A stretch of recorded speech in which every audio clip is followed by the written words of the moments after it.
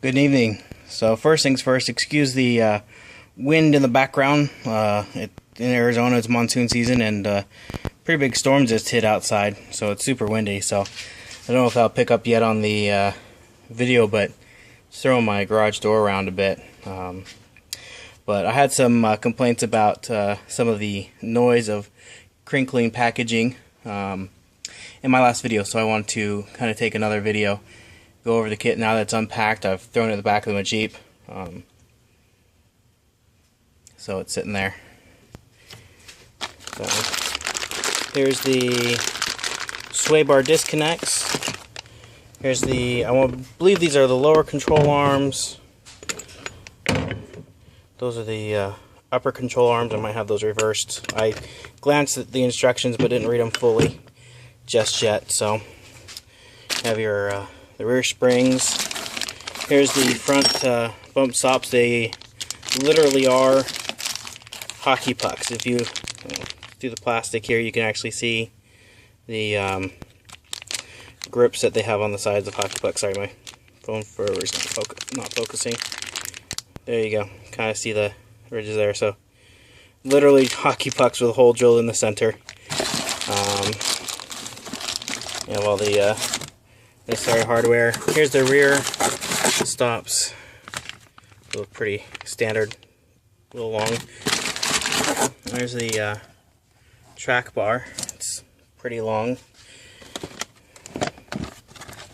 These are the bushings for the rear springs. We have Old Man Emu shocks. And the springs, these rear springs are Old Man Emu as well. It says right there on them.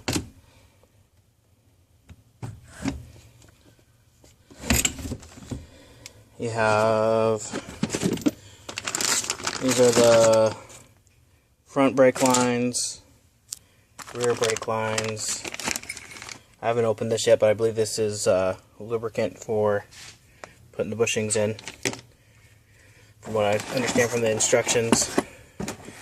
And then the front springs, you see them a little bit better here than you could in the plastic, but they're a dual rate spring, so you got the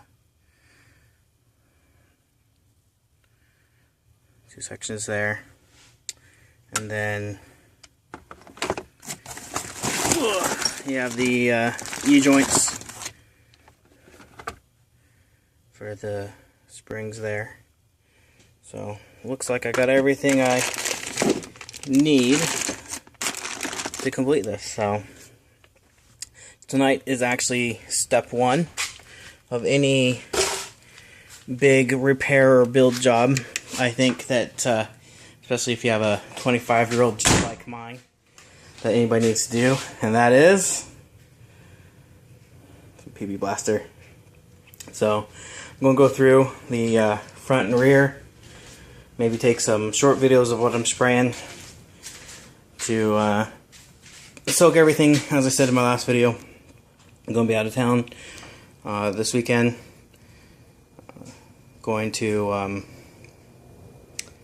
be picking up actually a car. My father-in-law very generously is getting rid of a car that he no longer can drive. It's too small for him to get in and out if he has some back problems, so he bought himself a van just because he could get in and out of it, and so he's giving us his old sedan. Nothing spectacular. It's a mid-90s Ford, but I'll take it. So I'm actually going to have plenty of time. Somebody mentioned to me to make sure I have plenty of time, plan for more time. My goal on this actually is to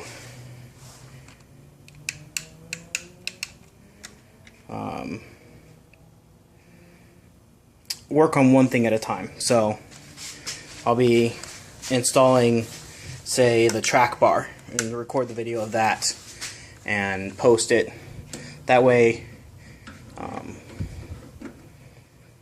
I can get some feedback if anybody has any feedback for me.